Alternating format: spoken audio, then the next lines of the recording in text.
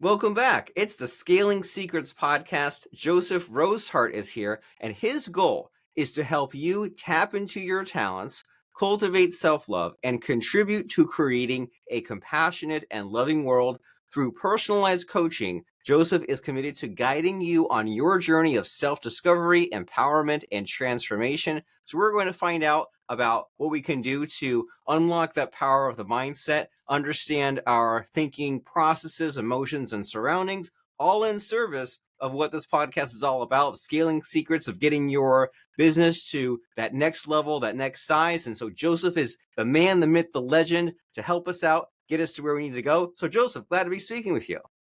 Great. It's nice to be on here. Thank you. It's wonderful to have you. And so you're a performance coach. And so what is that exactly? And what are you all about? What did I miss in introducing you? I think you had it pretty straight on, and thank you. That was amazing. So, performance coaching is a form of coaching where I help tap into your actual performance levels and increase them, versus going into all like the feelings part of normal life coaching or therapy. So that's where it's different. So it's more results driven and goal oriented and accountability. And I tap into mindset and habit tracking too. So like I help people form natural habits and let them track their own habits versus telling them what to do. Wonderful. So, for performance coaching and like the habit tracking and the goals, what does that look like? Is that like someone saying, I have this number of clients, this amount of revenue, I want it to be here. I make 10 phone calls a day, I want to make 100. Like, what are these goals all about? And what's the before and after look like? So the goals are client based, so everyone is individualized and unique. So I go on what my clients want to do, and it really depends. It could be from career, it could be relationships, it could be wealth, it could just be personal, and it could just be like they know that their mindset is not where they want it to be, and they want to get a more positive mindset and items like that. So it's really unique compared to everybody, and that's what I love about it is because I want to help my clients and know how they want to be helped, and then I offer my guidance and coaching from there. And it's not a one size fits all type thing. Right. It's exciting. You get the variety and the certainty mixed into one, right? It's like you know how you have your skills, you can help people, but everyone's different. And so you say that, sometimes you help with career, relationships, finances. Is there any of these buckets that excites you the most? Like you have all these varied people, but is there one area where you're like, hey, this is a more fun than the others to work on? Well, they're all fun, but my specialty is career driven. That comes back from my 10 years experience in project management and medtech. So like that is like my bread and butter there. And with that, it kind of spills over to all of them because I realized over the 3.5, 4 years I've done this that one area kind of affects a little bit of everything. So it's kind of fun when I tap into mindset and how it branches out to other parts of their lives and increases the positivity all around. And I can see how it can increase everything, right? If you're more dedicated and satisfied and fulfilled in your career and your work, then there frees up space for your personal life and everything else. And so what are people missing these days? Since you mentioned about like the career aspect is a lot of fun for you and the mindset, like what's not being discussed enough and where are people hurt the most and struggling with their career and their mindset? The biggest thing that I've seen in right now is burnout. It's an increasingly issue that I'm hearing a lot more from my clients. And burnout, in my own words, is where they're working all the time, and they don't have time for their family or the time that they want with their family or personal lives, friendships, and other areas too. So I keep seeing where like employers are asking for more and more and more, but they're not providing a work-life balance and not providing the pay that they should be getting based on what they're doing, etc. So that's the biggest thing is how to deal with burnout and setting boundaries around around those issues. Okay. So if people are burned out, they're time limited, they're frustrated, they need to set these boundaries, what are the steps to solving this problem? Is it a matter of like having a plan, having a timeline, looking for other employment opportunities? What should someone be doing if they say, hey, Joseph mentioned this burnout thing? That sounds exactly like me. But there's a series of things that could, and either one of these could work. One could be the mindset around it, and it could be just cultivating a growth mindset versus a fixed mindset, and I'm figuring out where they come from. To me, it come from in my coaching is what are your core values, and finding their helping them through their fixed mindset to a growth mindset. And a lot of times that could help with burnout because then their attitude and their perspective changes from from the burnout to like I get to do this versus I have to do this. The other thing too could be it's a time for career change. They come to me and they're like, oh, I've been in this career for 10 years, 10 plus years. I want to do this now. And then I help them with transitioning from their current career to what they want. And then the other thing too could just be as simple as staying in the same career, but looking for a different company that values work-life balance, that values their employees versus the amount of work that they give them. And other simple as that. Other thing could be I had one client who was after working with them, they were just completely happy with where they're at the end, but they picked up a hobby on the side, and that just like made their happiness increase tenfold because they found something that they like to do that was outside of work. So it's a Wonderful. mixture of And all those things. yeah, and what's good about your answer there is that it tells me that well, there's many paths to success here, right? And that it's not hopeless and it's not a one size fits all solution. And if someone is hearing about these different possibilities that you're laying out for us, well, and they say, well, I can't do that or that's impossible, then the solution is some of these tools that you mentioned in the first half of your question, like this growth mindset and Mhm. saying that I get to do this, not I have to do this, which like that sticks in me years later from a Tony Robbins thing. I know that you've been mentioned or mentored by Jarek Robbins, but like that's one of the best Tony Robbins thing ever is this idea that like, well, instead of waking up and saying I have to pay these lousy bills, that's bad self-talk. But if you say, hey, I get to do these things, think about this freedom and these choices and these opportunities and this creativity I have, that's a lot more powerful. And so what really stuck with me about all the different possibilities you laid out is this idea of the core values. Because that's the thing, like I've struggle wrapping my head around this idea sometimes. It comes across comes up in like company culture, right? And people say, here's our mission or our values, and they have these keywords. And I kind of struggle with thinking about this because I think like, well, why is everyone's keywords different, and how do I come up with like my own like keywords for these core values? And it just I look at different people's choices and I'm just like, how does that fit with me? So is this a common kind of objection when you say, well, what are your core values? I'm like, I can't even begin to like figure out what my keywords are. Yes, so that it comes up all the time. So what I do is it's a process, and I ask them if you were to just give three people to live your life, who would they be, and what values and attributes do you see in those three people? And I said it could be anybody. Doesn't need to be anybody famous. I don't even need to know them. All I need to know is why you chose them, what values and attributes you see in them, and then they do three different people. We collect them and we find the ones that are the most that come up the most, and then I ask them based on you pick these three people specifically for a reason. Do these attributes values fit in with you?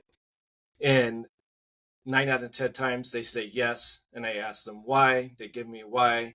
We talk about it, and they land on their core values uh, uh, from that. And usually it's like family, wealth. Some other ones would be like strong leader, silent leader, and authority, credibility, things like that come up a lot. And we go. It's like sometimes it's 1 hour session. Sometimes it could be like 3 sessions. It just depends on the person, but that's usually the tactic that I that I use, and I use it for myself too, and that's where I came up with freedom, authenticity, and empowerment. And are those your personal values? It's my personal and business values because I believe strongly in them. So freedom to me is a freedom mindset. So like you have a growth mindset, you're free. Empowerment is I want to instill empowerment to all my clients, and then authenticity is I want to build everyone to be authentic and be themselves and not be masked. Well, wonderful. And so I really like that exercise because it by involving people and mentors, people you look up to, it makes it personal, right? It takes the abstractness out of it, and it's real tempting to just like flip open a page in the dictionary and then you choose a word and you choose a concept and you don't really live that, and you're just making me think that like anytime that I've been struggling to like find the motivation or to make a decision, I think about like this mentor or that mentor, but no individual mentor is perfect, right? We don't have Yeah. just one. Sometimes I think, well, I like how this guy is good with this, but not with that. And so this exercise here, like choosing the three people and then sort of merging them and then removing the excess, that's like a cool idea towards solving this and towards figuring this out. And so we see in your bio that you're mentored by Jarek Robbins, and I know about Tony Robbins, and I've heard about his son, but I don't really know the story there or how he differentiates. And so, like, what's Jarek Robbins all about, and how did you get involved with him? I got involved with him through a friend of mine who runs a transformation center, and they partnered with him. And I decided to join his academy, which is Performance Coach University, and it's to get certified for performance coaching, the ICF certified, and others. And I started working with him through that, and he's amazing. He picks up on cues. He knows how to teach people really, really, really well. Like I really like his approach and everything. And I see him focus more on like the business side from what I get to him. He runs a thing called Business Accelerator, so that's another part of his academy, and it helps you scale your business and grow it. So I see him doing more of that, and he does focus on people too, obviously. But I like that approach that he merges the two, the performance coaching and the business side together. And then another aspect that he does is called Core Four, and that is where he involves in like the relationship, health, wellness side of everything. And when you merge them together, it's just like this really big holistic approach to coaching and bringing new coaches into the field. Very cool. And so that sounds exciting. And so as far as so you learned from him, you've applied some of this cool stuff. What kind of transformation have you provided? Like you mentioned earlier, how you have different clients, you kind of focus on different areas. Do you have a fun case study or success story? Like leaving the names out, of course, but just like what have you done as far as like a transformation before and after? And so I have one client. They're in New York, and he's about my age, maybe a little bit younger, and he's been in a event space, kind of not liking it. It's been slowing down, and he came to me. He was like, I want to redo my resume. We want to revamp, and then I asked him about his mindset, and he was telling me about how it's hard for him to stay focused because he's running in his head like, what do I do? Like this job's not paying enough. I just moved in with my partner, his partner, and he's worried about all these things about money and all this, and saying that he has to provide, he has to provide, he has to provide. So one of the things that I asked him was, well, where's that coming from? And he talked about how he's just like, I'm the man. I'm supposed to provide. I'm supposed to provide. So I broke that down farther, and we came to the realization that it's coming from his family cultural background, and it's not even coming from his partner at all. His partner was, I want you to be happy. Yes, help me with some of the bills, but it's not like you don't, it's not a must have. The must have for her was for him to get to be happy and get to where he wants to be. And so the fun part of that was getting him to realize that it wasn't his partner she just wants the best for him. And he was holding, and that was what's holding him back, was because he wasn't believing that he was applying enough to his relationship, and realizing that it was his cultural background, his parents, that brought all that to him. And he was able to forgive his parents and let that go. And now he has 3 interviews coming up because he was able to get that mental block away, and allow that freedom for him to breathe and relax, and to not have all this weight on his shoulders. Very awesome. And that's very powerful, this idea that what you might think is the block, or what you might think is holding you back, once you talk to someone such as yourself and really dig deep and pull it apart, maybe that's not even the issue at all. And you hear about this problem that happens with so many people, of the money trauma especially gets carried through from childhood and just expresses itself in all these ways and repeats the past. And so you mentioned in there that once you were able to figure out the problem, then there was this letting go and forgiveness, which is, for a lot of us, easier said than done, right? So if there's something that we need to let go, how do we do it? What's the secret? It's a bunch of different things. That's a really, really hard question to and answer there. For some people, it could be as simple as recognizing it and acknowledging it, and then they're able to move forward from that, because they recognize that, okay, this is a situation, it's not going to change, so, but I get to recognize that's not going to change and move forward from that. And the other thing too is realize, realizing where it came from, and being able to say, okay, it comes from this, nothing I can do about it, it already happened, but I can change it going forward. So that's one way. And another thing too is this, is saying, hey, I take ownership too. Like, part of it came from me, and forgiveness there, and and move forward. So there's different ways of doing it. Those are like the three most that I've encountered. And other times it's just, some people just refuse to let go, and then and then that I just have to be like, okay, where are you going to come from now though? Like, where's your come from now going forward from the situation, and pointing them in that area.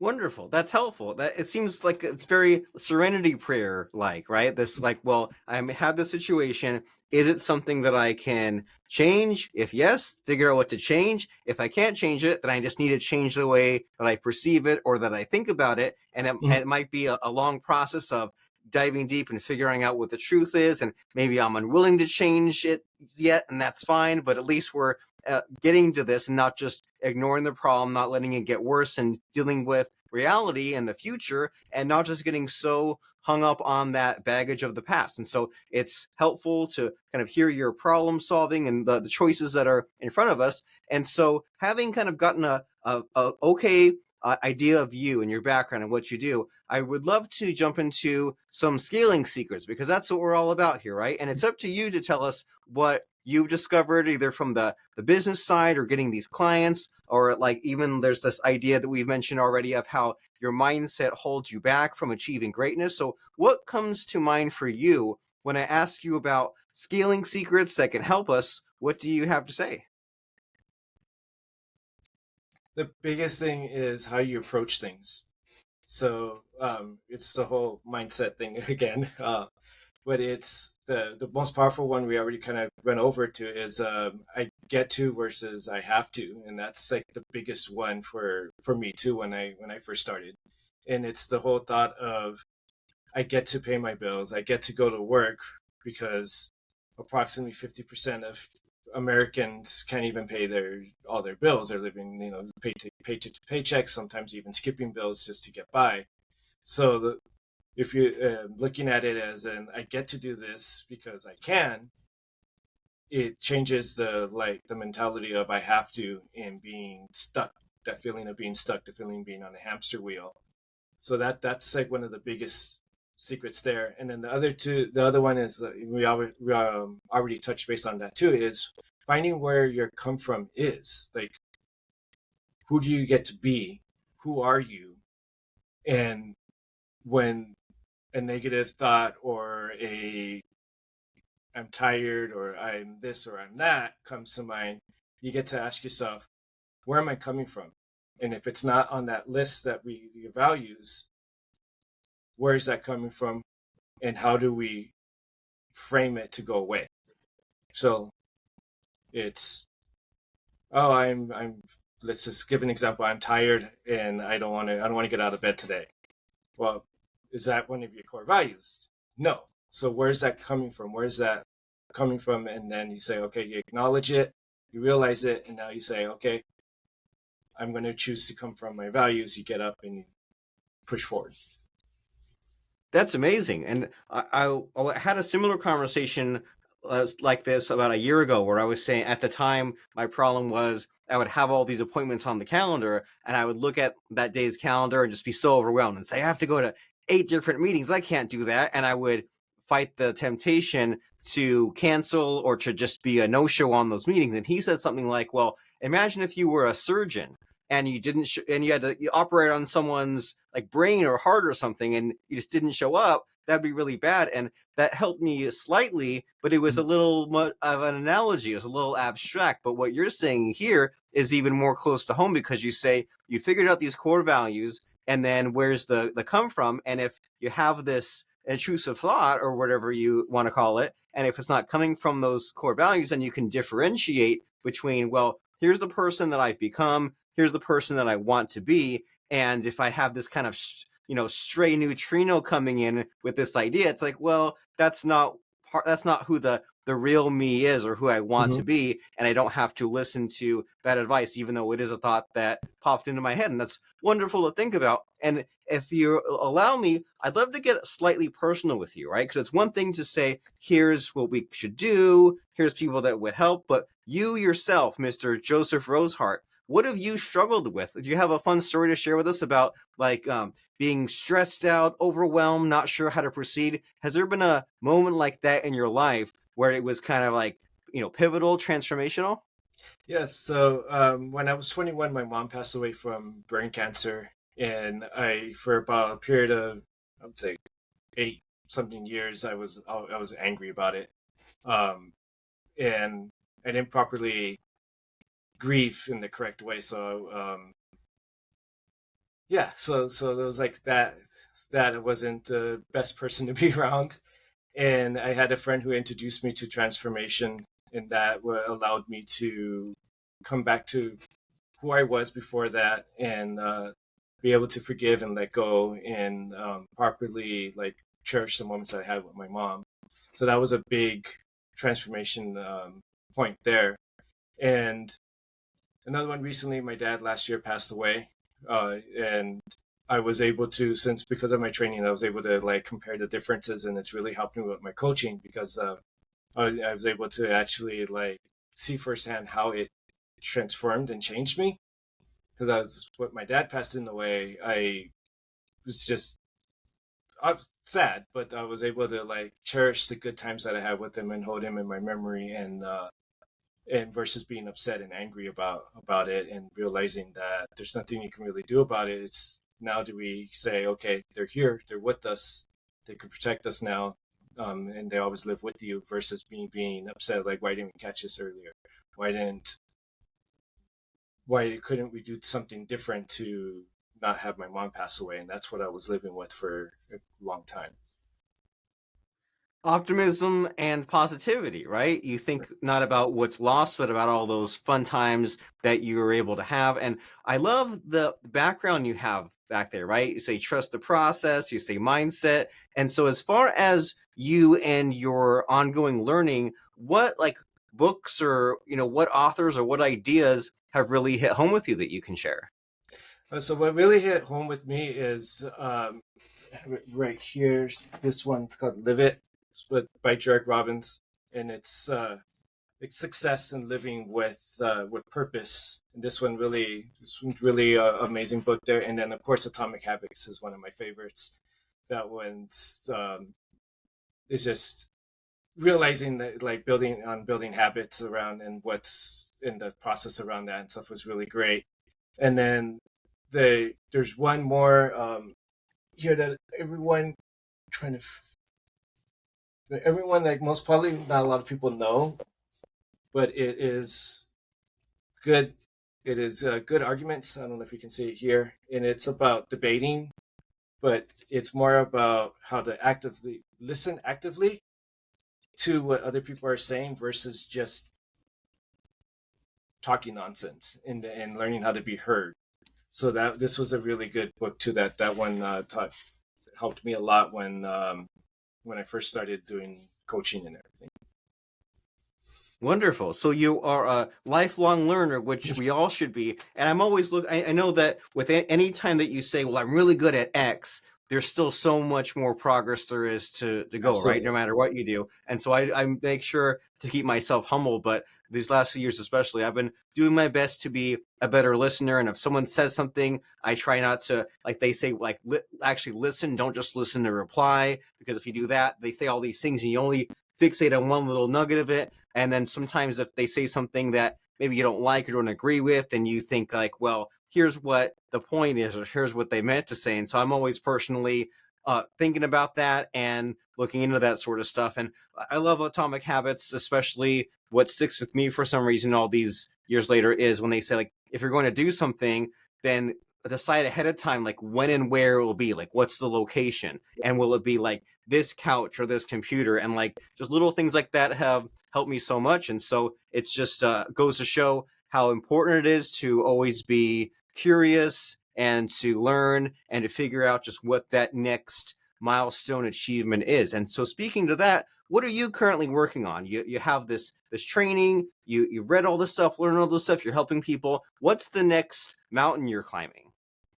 Next mountain is gaining my scaling my coaching business to be able to eventually in the next 6 months to have a small team, so I can have someone that focuses on the career side and then have someone that focuses on the mindset side. I'm not able to coach everybody, and nor should I be. There should be. I always refer people out to different coaches based on their personalities and what they're actually looking for. I have a coach friend who deals with more on the stress management side, and I refer people to him because that's not the kind of coach that I am. I can do it, but he's a way better who coach than I am on the stress management side. So being able to build a team around me, so that way I can help clients based on their needs and be a little bit like like a practice, like going like starting a coaching practice, but with other coaches too involved, and then Nice. also involving technology. So doing more with AI to help with streamlining some of my processes and stuff to making things a little bit more efficient, and to also gain my clients the ability to answer and open their blinders more on what using technology versus always being people based in a way. And I'm trying to figure out how to do that to help them expand their thought process more. If that make It is it's a very really exciting interesting. time to be alive and having Yes. this. Yeah. Yeah. Well, cool. So you have exciting times ahead building an actual practice with the specialists and using AI, and like every day I'm trying to learn about that too. Like you do a meeting like this and it like auto generates all kinds of like these were the questions and here's the important points, and it's amazing just what's possible these days with AI. And but in our last few minutes of our conversation here, I want to make sure that we cover the bases and we talk about what you came here to talk about. So is there a missing hidden question in our conversation? Is there something that you wished I would ask you, and can we just pretend that I asked it and get the answer? I I wouldn't say that you wish that I asked, but you were talking about it's like a scaling secret, and one of them that I wanted to just briefly quickly mention before, because I skipped my mind, is the whole thought of being goals versus commitments. I do commitments, not goals, because when you commit to something, it triggers your brain to be okay. This is a commitment, not a well wish. So so I wanted to say that's another secret when you're looking to do and scale something is I am committed to scaling to this, or I am committed to getting 10 clients this month. versus my goal is to get 10 clients. Because the goal is, or well, wish. It's like my goal is to get 10. Oh, I didn't get there. Versus a commitment. You're like, oh, I'm committed to this. And you do whatever it takes to get to that commitment. I like that. Burn the ships, right? Yeah. There's no going back. Make sure that you do it, and you can't just you can miss your goal, but you can't miss your commitment. So I find that very helpful and inspiring. And unfortunately, on a podcast, we can only get so far, right? It's kind of superficial. We're here a little bit, and we get some ideas, we get a feel for what you're about, we get some lessons, but then at the end here, it's time to say, hey, this guy, Mr. Joseph Roszhart from Roszhart Coaching, he has a lot of good ideas. He seems like someone who can help me get to that next level, overcome the roadblocks, help me scale my business, help me get out of my comfort zone, expand my thinking, all those cool things. And so after someone's listened to our conversation here, what's the next step? How can someone reach out to you, and why should they be doing that?